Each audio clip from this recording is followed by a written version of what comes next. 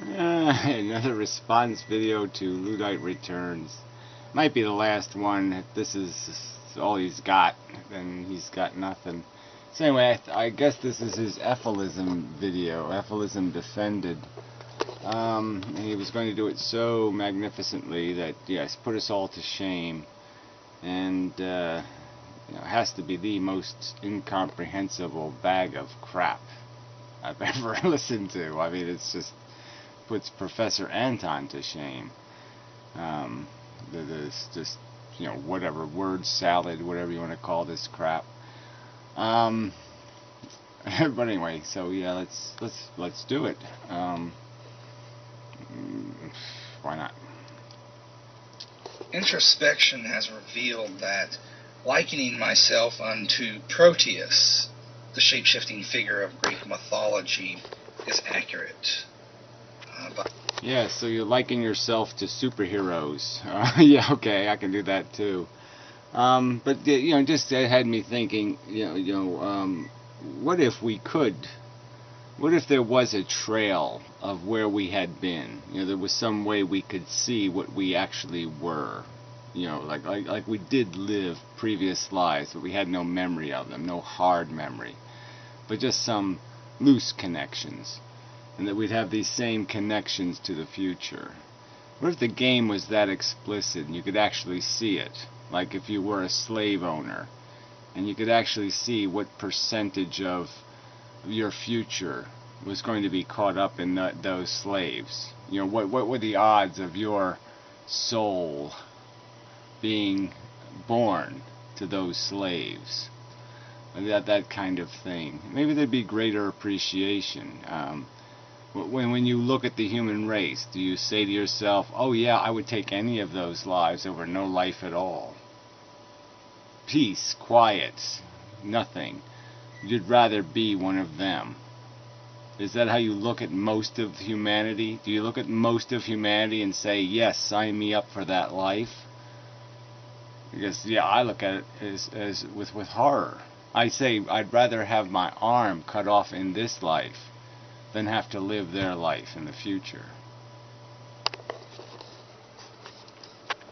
By disposition, a profound fallibilism penetrates and colors all that I am and all that I approach. The experience of ambivalence, even contradiction, is perhaps the defining feature of my life. There you go. Yeah, so there's a huge distinction between me and you. Because I've never seen it. It's always been quite obvious. The only contradiction, I can't even call it a contradiction. It's just a recognition of my own failure. My failure to be Spockian. My failure to be to honor the truth in so many circumstances. But the fact that there's never been any contradiction. There's never been any notion of living a life where you're not taking. Where you just can't avoid it, where you just can't avoid the scheming that you do, in part, and the not the neglect, but the I'm glad it's them and not me kind of crap that goes on inside of my head. There's no contradiction about that. I know exactly what that is. That's just being a selfish son of a bitch. Yeah. Being the case, I am in a state of perpetual war within myself, and as at its core, most penetrating, efilism is the affirmation of non-being, and biophilia its opposite. In a sense, biophilia. I mean, well, where do you come up with this crap? Biophilia. I got some like life is a fetish now. You have a fetish for life. You're a biophilite. Yeah. Well, that's another problem I never had, right? Because right from the start, I knew the biosphere was a dangerous place. That it wasn't rainbows and purity. That there was this ugly caterpillar part of it. The shit. I was always quite aware of the fact that everything is shitting. That the shit is everywhere. all of my life has been a civil war. At the periphery, I find myself at odds with almost every single expression of efilism. More towards the center, Yeah, well, that doesn't even make any sense, right? Every single expression of efilism? What? The fact that, okay, yeah, as a male, I certainly have, no real awful hard need to change diapers, take care of kids, have small talky, whiny little baby talk conversations with little things. I just don't need it. I don't want it. I have no use for it. You have a contradiction with that. You do have a need for it. You need to cuddle children or something. You have some passion for it. You love their small talk.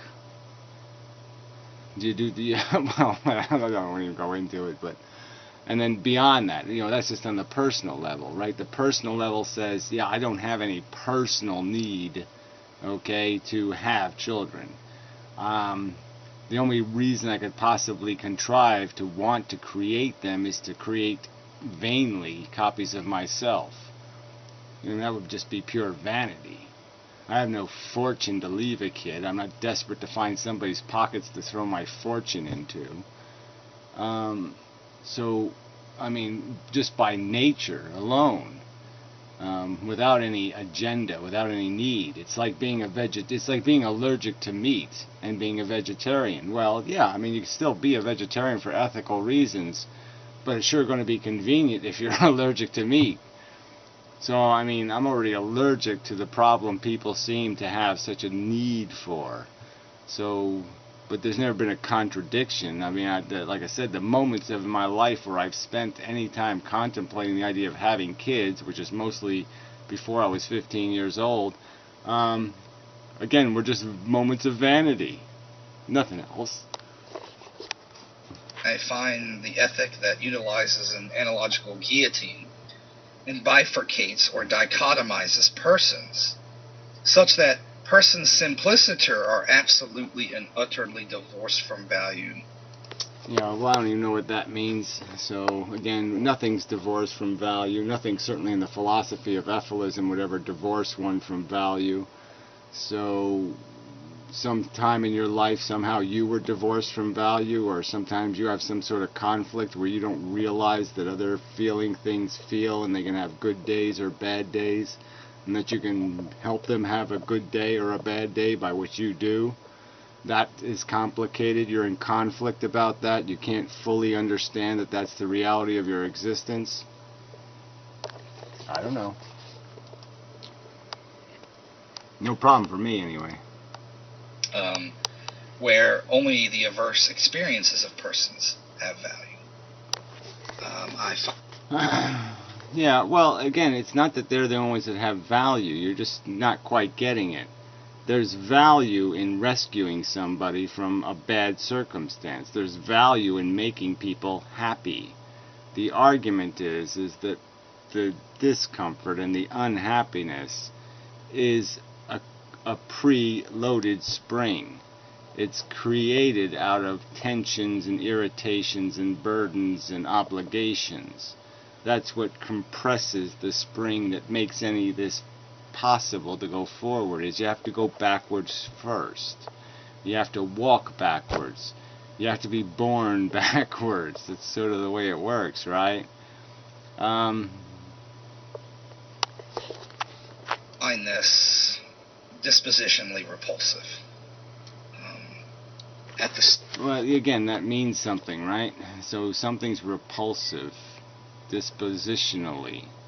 The idea that what is that you have to be hungry for food to have value. You have to have, for ambitions to have a purpose. You have to have an ego that needs the gratification or the reward or the adulation or the applause of the crowd. You don't see that that's sort of a negative psychology, that you would need to validate yourself with applause, that would be somehow a negative psychological feature, not a positive one. And if it's just the factual truth should be repulsive? Yeah, I don't know. Irritating and obnoxious, but I don't know if repulsive would be fair for what the way it is. Sinner this state of confliction reaches its height. In discussing the end of all things for several years, it has often been my experience. It's not the end of all things, you know. I mean, again, your life is going to end anyway, alright? You're just not going to escape that. And it's just a silly delusion to imagine that I'll create some sort of monstrosity, okay, and somehow I won't die because it lives. You know, that's not going to work either. It's just not. It's not going to change the fact that your life is going to end. It's going to be the end of all things for you, for your knowledge, for your sensibilities. And what's going to be out there are one of those people, one of the ones out there. Again, would you go live their life? Would you go live the average human existence? Voluntarily just sign up for that? Sign up to be a mundane, ignorant fool? A sheep? Bah! Yeah, I don't know. I don't think you would. That moral or value realists are prone to psychologize. Those subscribing to axiological and or moral nihilism, the charge goes something like this. Nihilism is in denying notions of cognition-independent normativity, or in the denial of good and bad metaethically, in short, a variation of justification via negating justification. An attempt to Yes, that's right. A shortcut, a cheat, a big pile of crap that's just made obvious. Again, if you're going to concede you're conscious, you can't really argue that the other people aren't. It's not irrational, it's not reasonable. It's outside the realm of reasonable perception to imagine the rest of the universe, the rest of the human and animal life on this planet as being something other than just as real and alive and sensitive as you. That their welfare is just as really important and just as necessarily important. That their comfort's just as real, just as necessarily important. So again, you see the evidence of nihilism even in people who would claim not to be nihilists. Because they do, in effect, in action, indeed, negate the reality of those people's welfare. They compromise it and exploit it aggressively, claiming that that's getting the most out of their life. Yeah, right. It's stealing from Peter to pay Paul. That's all. Not complicated.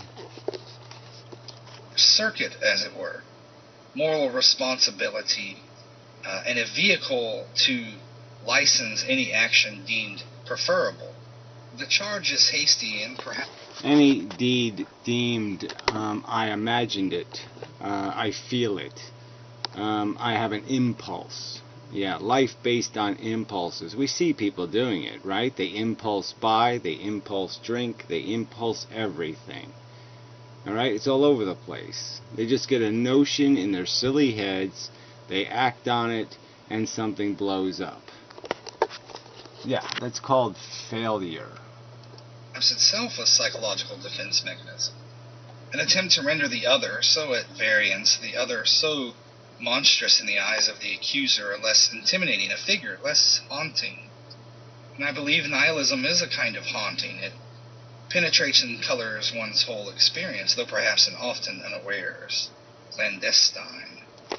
Yeah, well, whatever. I don't know how. I guess the nihilism that's overt certainly isn't clandestine, but maybe we agree that there's a lot of people out there who are not defined as nihilists, but they're behaving as if nihilism had some sort of legitimate character, some sort of functional, logical possibility as a reality, as if there was a non-consequential world outside of themselves, which doesn't make any sense.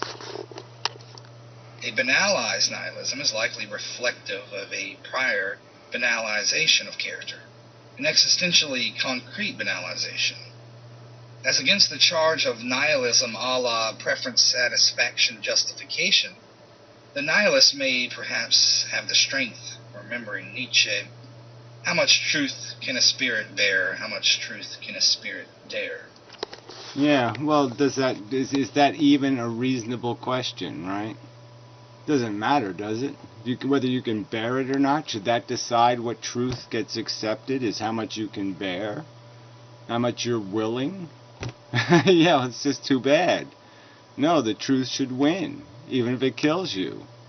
Yeah, the truth is bigger than you are. The truth is more than you are. You're not allowed to compromise the truth. There's nothing inside of you that you can defend as being worthy, having a right to step on the truth. Sorry, no way. To stand before the abyss and confirm that which at their core, in the deepest levels of their being, they would prefer not to confirm. There is only the world and horror. No Yeah, well, I don't even know if it goes that deep, okay? Because it really doesn't. On an emotional level, I don't think you'd ever do that. There's always going to be cute ducky. There's always going to be some perceptions, some love, some emotion, some beautiful act, some beautiful deed. There's always going to be something that you will subjectively have. The fact that it is crap, all of it, doesn't change the fact that emotionally you're never going to be able to see it all as crap. It's very hard to get bleak enough to see it all as crap. Every inch of it. So that's not even true. Facing the abyss is not that difficult. Because you'll emotionally always have hope and dreams and wish. And you'll always have, too, the dignity and the beauty that you've seen here, that you've seen in other people, that, you know. So, I mean, even if it is a delusion, it's a delusion you still take with you to the abyss. It's just the abyss is saying to you, this is where you're going to end up. So you might as well gracefully walk your way through. Don't let it come get you. You meet it. You do it your way. And don't let your way be, I will pretend it doesn't exist. I'll pretend the abyss isn't going to win. As it is going to win. It can do it gracefully or it can do it hard. Categorical normativity, no transcendent imperative, no moral reality as against preference satisfaction. Well, that's just silly, right? So, I mean, obviously there's lots of moral imperative that goes way beyond, personal crap, subjective desire, want, ambitions, all of that crap. So I don't even get what you're saying there at all. What you're acting in is in the moral imperative is what's taking you to the abyss. The abyss isn't, you're not driven to the abyss by emotion, you're driven to the abyss by understanding. No possible world outside of one's own head such that the actual world is or may become the possible world it ought to be. Nothing in summary to stop Marquis de Sade. Well, whatever. Ought to be, the world it ought to be. Again, the question is, is there any world it can be? Is there any legitimately rational description of something suitable to the needs of the universe? Is there any gift you can give to something that doesn't need anything? Ponder that one. Something that doesn't need eyeglasses, it doesn't need clothes, it doesn't need a suitcase, it doesn't go down the list. It doesn't need anything you have. There's nothing you can build that it needs. That's your problem. That's the dilemma. There is no fixing because we are the broken. And company other than preference backed by brute force. No creator, no experiential metacontext that negates the metacontextual and ultimate futility of all things. Now, the following is grounded in the writings of the great French philosopher Emmanuel Levinas, and he has this to say, summarizing, if you will. Oh, you mean misparaphrasing, if you will. That's you tend to do that heavily. But go ahead, play with your little French guy. If being is understood, in part, as the continuation in being of being as replication of being, then the ethical event must be understood as a break, a rupture in being. Well, whatever. I mean, all of this crap is just kind of crap, right? I mean, all the other living animals on this planet aren't bothered by any of these existential angst crap, because they don't have to deal with the question, right? Being is just day to day, dealing with life as it comes, because they can't do anything else. So our dilemma is the fact that we can understand the context of our existence, and the fact that it does come to an end.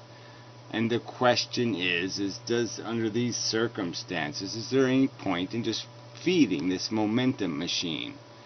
That's all it runs on, is a kind of momentum. Shouldn't it have some real force behind it? Shouldn't it have some legitimacy? If it's just a tumbling weed, okay, and there's just damage left behind because nothing constructive can be done, it's only a destructive force. Is there any reason not to take the wind out of this tornado? And the other is, as against an existent subject's being as process, that is, being as continuation, revealed to said subject as valuable, even unto the ending of one's own being as process, being as cannibalism, being as process applicable to both conscious life and non-living existence, continues itself as against the being as process of other existence. Oh, whatever. I mean, I don't know where you're going with this crap, but again, what does this have to do with this simple realization that we do know what having kids is? It's playing God. Do you have a right by some force that gave you rights, some legitimate test you passed, some legitimate standard that gave you the power to create? No. And if you really analyze it and you say, well, how should I legitimize that power, my use of that power? What's the responsible use of the power? And I don't think if you're going to sit there, once you're going to ask that question, I don't think you're going to come up with an answer. There is no way to responsibly use that power. Shows no quarters, as it were, no mercy, and though conscious, of course, consciousness being the condition of this possibility, may act as if unconscious, indifferent, uncaring, and perhaps more forcefully, actively against the being of other existence. And hearkening unto Sartre's Cartesian bifurcation of being in itself and being for itself, in which he reversed the Aristotelian. Yeah, regardless. So again, we could get into an argument about standards. Like, at what standards, right? We all have our own standards for when life is unacceptable. I could write a scenario, and maybe some people would force me to be preposterous, and say you have to suffer with fire boiling in a pot of boiling oil for 1 billion years before you would cry uncle and say, okay, living wouldn't be worth that. 100-year lifespan wouldn't be worth spending 1 billion years having my skin burned off. But the point is we all have a standard that says this isn't good enough. And, I clearly say, yes, I look at the world, I look at the way the animals function, I look at the attrition rates, and I say, this isn't good enough. I say, even if you made it so much better than it is, it still isn't good enough. Because it's still a negative engine. It's still an engine contriving an excuse for its existence, creating a mess so it can clean up a mess. It is an insane process, and it's humiliating to see intelligence duped by it. seriously playing the game, as if it isn't, as if the game isn't just as obvious as tic-tac-toe. It's like watching Einstein play tic-tac-toe.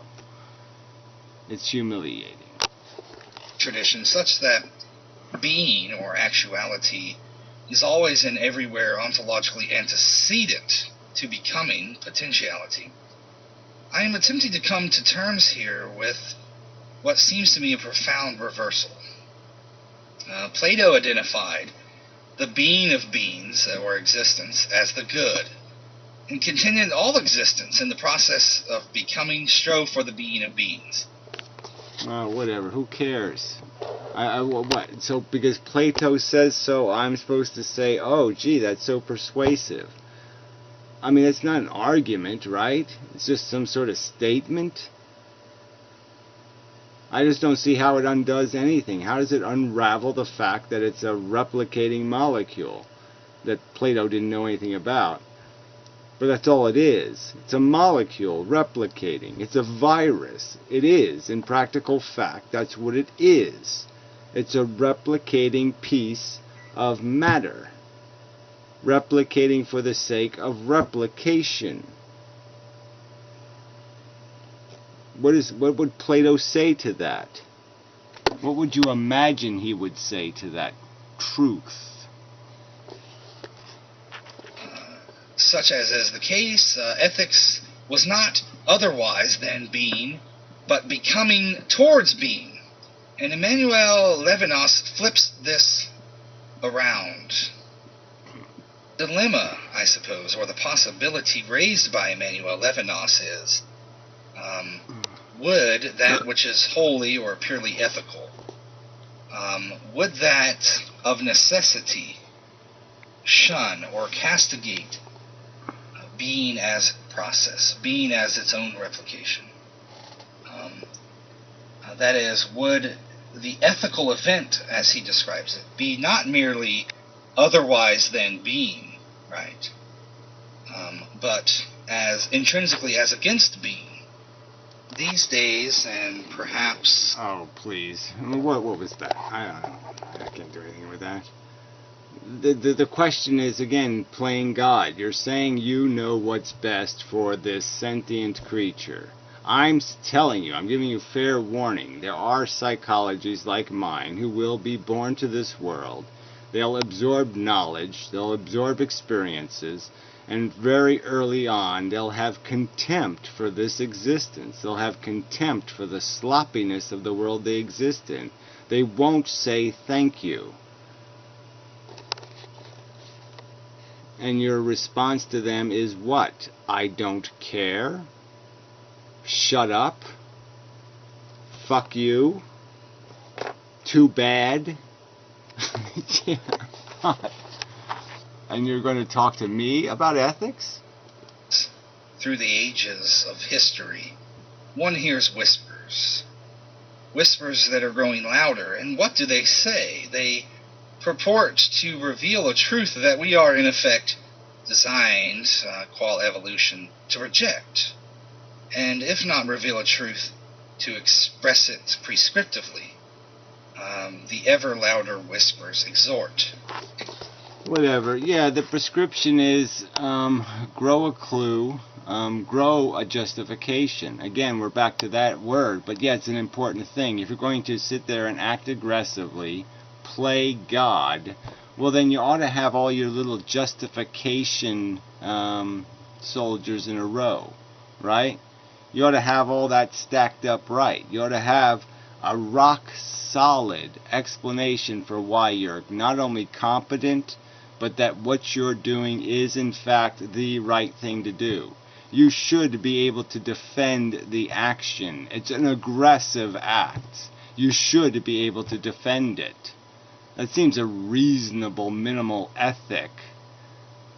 And what is your sampling of the justifications? I just hear resorts to nature. I hear resorts to culture. I hear resort to everyone else's doing it. I don't hear any justifications.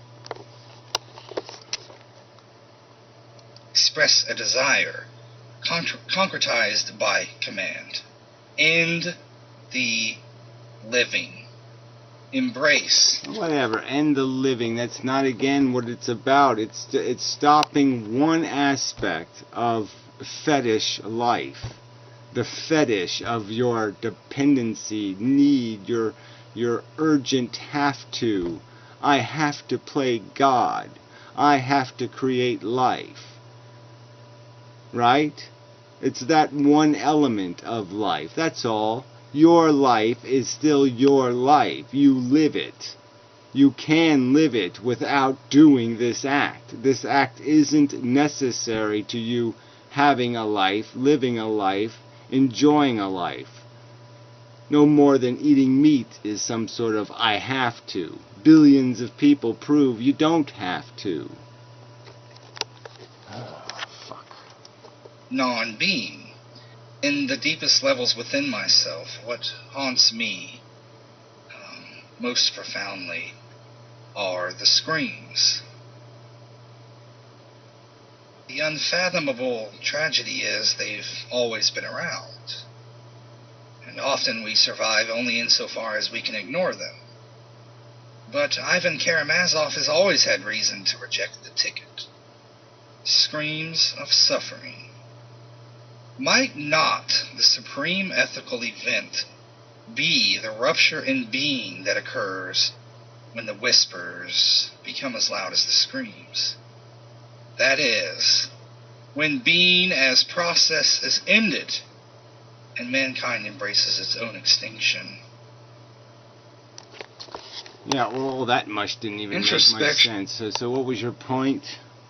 So you're complaining about the whisperers. I assume the whisperers are the ones arguing for some sort of caution, care, some sort of, hey, let's see if we can find a fail-safe way to do this. Let's see if we can find a way where everybody wins. Let's see if we can find some way where we don't do this reckless thing over and over and over again, where you have a justification. Let's see if we can write one of those for you. And those are the whisperers, and somehow those whisperers are somehow connected to the screamers. Somehow you hear the screams, you don't hear the screams, you hear the screams of what? I want to live? Are the Martians screaming now? I need to live, I want to live, I want to ride a purple pony. Are they yelling that in your ear? What screams are you hearing? Yeah, I don't know. The screams of your dependencies, the screams of your addictions being severed? I don't know. But regardless, it doesn't matter, it really doesn't. So anyway, again, I think we could just settle on the word justification. People will either live a life justified or unjustified. And if it's going to, and I would argue that they are not going to procreate living a justified life. You can only commit the acts if you run from your obligation to justify your life. So anyways, I think we're done.